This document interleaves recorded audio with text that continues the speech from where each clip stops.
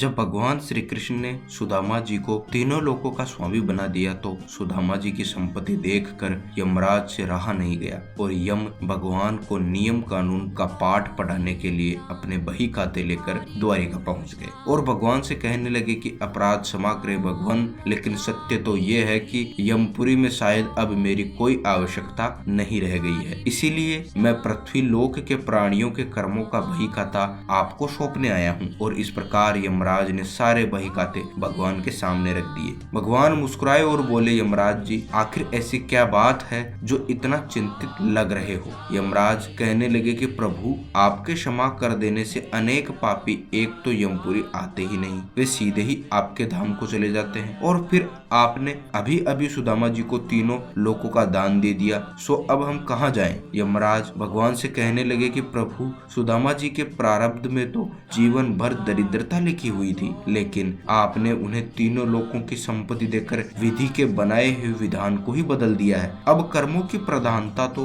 लगभग समाप्ति ही हो गई है। भगवान बोले कि यम तुमने कैसे जान लिया कि सुदामा के भाग्य में आजीवन दरिद्रता का योग है। यमराज ने अपना बही खाता खोला और सुदामा जी के भाग्य वाले स्थान पर देखा तो चकित रह गए। देखते ही कि जहाँ श्री क्षय संपत्ति का क्षय लिखा हुआ था वहाँ स्वयं भगवान श्री कृष्ण ने उन्हीं अक्षरों को उलटकर उनके स्थान पर यक्ष श्री लिख दिया, अर्थात कुबेर की संपत्ति। भगवान बोले कि यमराज जी शायद आपकी जानकारी पूरी नहीं है। क्या आप जानते हैं कि सुदामा ने मुझे अपना सर्वस्व अर्पण कर दिया था, तो मैंने तो सुदामा के केवल उसी उपकार का प्रतिफल उसे दिया है। यमराज बोले कि भगवान ऐसी कौन सी संपत्ति सुदामा ने आपको अर्पण कर दी, उसके पास तो कुछ है भी नहीं। भगवान बोले कि सुदामा ने अपनी कुल पूंजी के रूप में बड़े ही प्रेम से मुझे चावल अर्पण किए थे, जो मैंने और देवी लक्ष्मी ने बड़े प्रेम से खाए थे, और जो मुझे प्रेम से बहुत खिलाता है उसे संपूर्ण विश्व को भोजन कराने जितना पुण्य प्राप्त होता है, बस उसी का प्रतिफल सुदामा को मैंने दिया है। इस प्रकार हम ईश्वर सेवा के माध्यम से हमारे भाग्य में लिखे गए बुरे कर्मों को भी बदल सकते हैं। दोस्तों यदि वीडियो अच्छा लगा हो तो please like share and subscribe कीजिए व बेल आइकन को दबाना ना भूले।